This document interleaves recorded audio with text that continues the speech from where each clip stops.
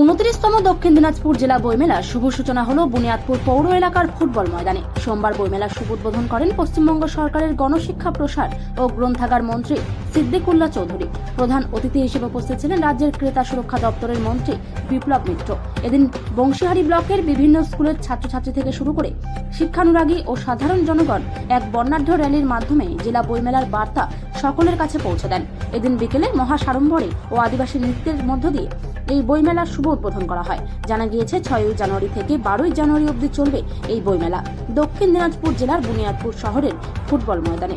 29তম দক্ষিণ দিনাজপুর জেলা বইমেলায় উপস্থিত ছিলেন রাজ্যের গ্রন্থাগার মন্ত্রী জনাব সিদ্দিকুল্লাহ চৌধুরী, রাজ্যের ক্রেতা সুরক্ষা দপ্তরের মন্ত্রী বিপ্লব মিত্র, দক্ষিণ দিনাজপুর জেলার জেলাশাসক বিজেন কৃষ্ণা, কুশমন্ডি ও কুমারগঞ্জের বিধায়ক, বুনিয়াদপুর পৌরসভার চেয়ারপারসন কমল সরকার, গঙ্গারামপুর পৌরসভার চেয়ারম্যান প্রশান্ত মিত্র, বালুরঘাট পৌরসভার চেয়ারম্যান অশোক মিত্র সহ আরো অন্যান্য বিশিষ্টজনেরা।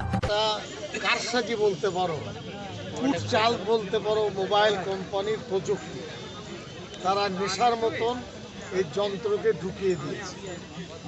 কুফলটা পড়ে আমার কাছে অনেক বিজ্ঞানসম্মতরা আসেন, তার মধ্যে ডাইরেক্ট দেখছে এর ম্যাগনেটটা সবসময় তাকে চোখের ক্ষতি করে দেবে, যে ক্ষতিটা মানে শুধরাবার কোনো জায়গা থাকবে।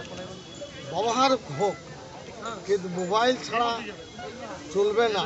লেখাপড়া তো মোবাইল শেখায় না। ভারতের বিচারপতি মোবাইল শিখে চিফ জাস্টিস হয়েছে, এখন বড় বড় মানুষেরা লেখাপড়া শিখেছে।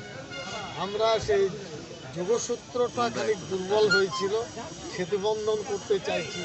আর এদেরকে বলতে চাইছি বাড়িতে ছেলে মেয়েদের বিশেষ করে পড়ান, তবেই তাহলে পরিস্থিতির ভালো তৈরি হবে। সুচেতন আবাসিক প্রতিবন্ধী বিদ্যাপীঠ আপগ্রেডেশনের জন্য পিয়ার দিয়েছে অনেকদিন ধরে, সেইটাতে এখন কোন পর্যায়ে আটকে? আমরা মোটামুটি একটার কথা বলবো না, 2,56,00,000 টাকা অলরেডি এক বছরে আমরা খরচ করেছি।